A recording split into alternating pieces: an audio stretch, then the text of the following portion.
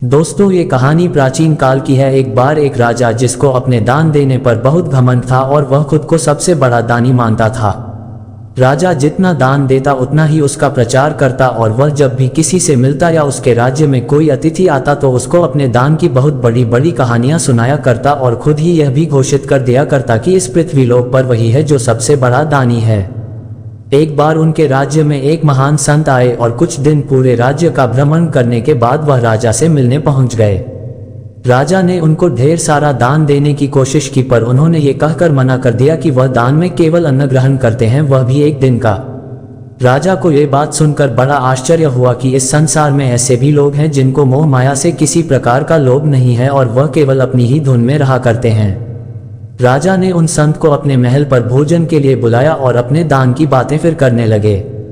राजा की बातें सुनकर संत राजा की मनोदशा को अच्छे से भांप गए। भोजन के बाद राजा ने संत से पूछा, क्या आपने कभी मुझसे बड़ा दानी देखा है? संत ने मुस्कुराते हुए कहा, मैंने अनेक ऐसे लोग देखे हैं जो तुमसे बड़े दानी हैं। ये बात सुनकर राजा चौंक गया और संत से बोला, अगर ऐसा है तो चलो मुझे भी दिखाओ। मैं भी अपने से बड़े दानी को देखना चाहता हूं और यह भी देखना चाहता हूं कि उसने दान में क्या क्या दिया। संत राजा को अपने साथ गांव की ओर ले गए। गांव में एक किसान अपनी फसल को खेत से घर ले जा रहा था। संत ने उस किसान से कहा कि मुझे अपने शिष्यों के भोजन के लिए आपकी फसल का आधा हिस्सा चाहिए, क्या आप मुझे ये दान में दे सकते हो? किसान ने मुस्कुराते हुए संत से कहा, आप जितना चाहो उतना ले जाए। राजा ने अकड़ कर कहा, लगता है इस बार फसल बहुत अच्छी हुई है।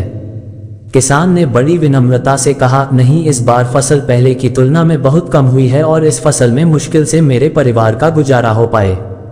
राजा फिर गुस्से में बोला, तो फिर तुमने ये फसल दान में देने के लिए हामी क्यों भरी? किसान बोला, इस फसल से मेरे परिवार का गुजारा तो नहीं होने वाला, लेकिन अगर इस फसल से संत के शिष्यों का पालन हो जाए तो इससे अच्छी कोई बात नहीं हो सकती और मेरे परिवार का पालन पोषण करने के लिए ऊपर वाला स्वयं है, वह किसी को भूख नहीं मरने देगा। थोड़ा आगे चलकर संत एक फल बेचने वाले के पास राजा को ले जाते और उसे कहते हैं कि जो भी कमाई आज हुई है क्या आप मुझे दे सकते हैं? इसको मैं धार्मिक काम में लगा दूंगा और आपके सारे परिवार का कल्याण होगा। फल वाला मुस्कुराते हुए बात मान जाता है और कहता है, अगर आपको कुछ और पैसों की जरूरत है तो मैं घर जाकर ले आता हूँ, मेरा घर पास में ही है। राजा उस फल वाले से कहता है, तुमको बहुत मुनाफा हो रहा है तभी तो तुम इतना मोटा पैसा दान में दे रहे हो। वह फल वाला विनम्रता से कहता है, नहीं श्रीमान, ऐसा कुछ भी नहीं है, मैं तो बहुत घाटे में चल रहा हूँ, पर मुझे लगा इन संत को पैसों की बहुत आवश्यकता है, इसलिए मैं इनको दान दे रहा हूँ। संत राजा को लेकर दूसरे गांव की ओर बढ़ते हैं, तभी उनको रास्ते में एक वृद्ध भिखारी मिलता है जिसके पास खाने के लिए केवल एक रोटी होती है। संत उस भिखारी से कहते हैं कि मुझे भूख लगी है, कुछ खाने को दो। वह भिखारी अपनी आधी रोटी तोड़कर संत को दे देता है और कहता है, मेरे पास बस इतना ही है।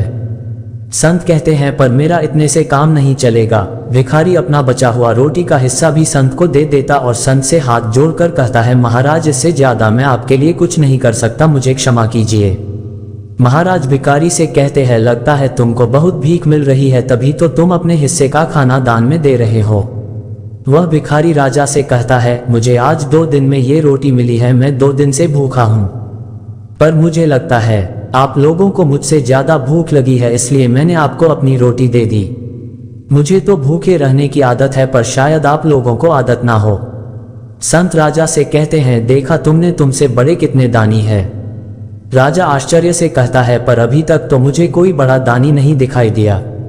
आपने बस एक किसान दिखाया है जिसने थोड़ा सा अनाज दान दिया, एक फल वाला दिखाया जिसने बहुत कम पैसे दिए और एक भिखारी जिसने एक रोटी दान दी। इससे ज्यादा तो मेरे सैनिक दान में दे देते हैं। संत ने मुस्कुरा कर कहा, महाराज, आप अभी मेरी बात नहीं समझ रहे हैं। आप जो दान देते हैं वह दूसरों की कमाई का हिस्सा है, पर जो किसान ने दान दिया है वह अनाज उसने स्वयं उगाया और उसके पास जितना भी अनाज था उसमें से आधा हिस्सा उसने मुझे दान दिया। क्या तुमने कभी अपनी विरासत का आधा हिस्सा दान में दिया है? मार्गदर्शन पर कहानी। वह फल वाला जिसने अपने सारे पैसे दान में देने का निर्णय किया था, वह भी उसकी मेहनत की कमाई थी। क्या तुमने अपनी सारी दौलत कभी दान में दी है?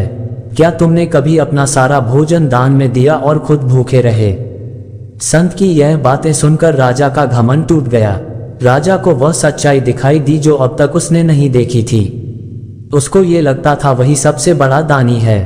पर आज संत ने जितने भी लोग उसको दिखाएं वह सब उससे बड़े दानी थे, क्योंकि राजा ने ना कभी मेहनत की थी और ना ही कभी अपने हिस्से की सारी दौलत दान में दी थी।